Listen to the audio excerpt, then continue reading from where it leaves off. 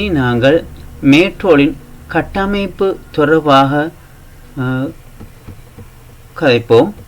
இந்த கட்டமைப்பானது மேட்ரோலானது ஒரு நிலையானது, அதாவது மாறுகின்ற போக்கில்லாமல் ஒரு நிலையான களங்களை கொண்ட ஒரு படையாகும். இது பல களப்படையால் ஆனது. அத்தோடு இந்த களப்படைகள் உயிரற்ற களங்களால் ஆனது. இவை உயிரற்ற களங்களால் இருப்பதன் காரணமாக எவ்வாறான பாதுகாப்பு கிடைப்பு என்பது தொடர்பாக நாங்கள் பின்னர் கற்போம். அத்தோடு இந்த உயிரற்ற களங்களினுள் மெலனின் எனப்படுகின்ற நிறப்பொருள் காணப்படுகிறது.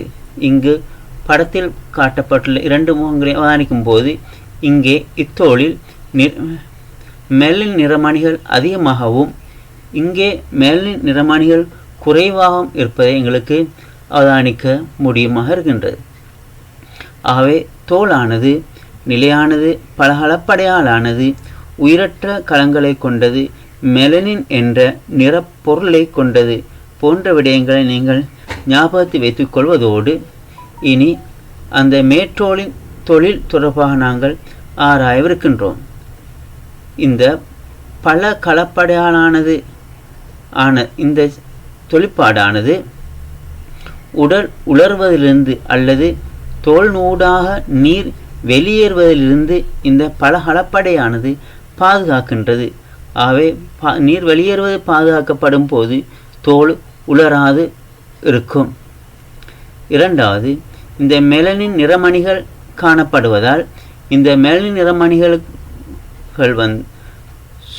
நிறமணிகளானது சூரியனிலிருந்து வரக்கூடிய சில கதிர்களில்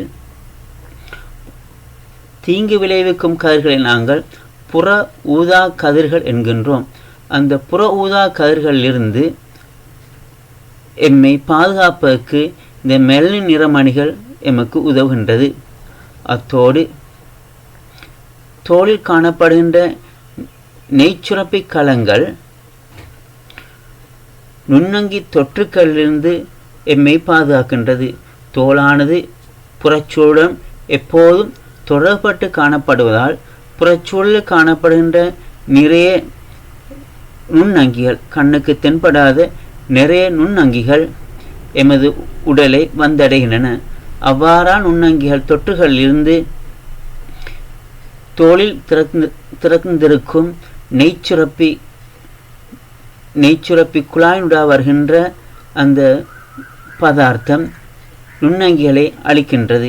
இவ்வாறு நுண்ணங்கி தொற்றுகளிலிருந்து நெய்ச்சுரப்பி களங்கள் எம்மை பாதுகாக்கின்றது.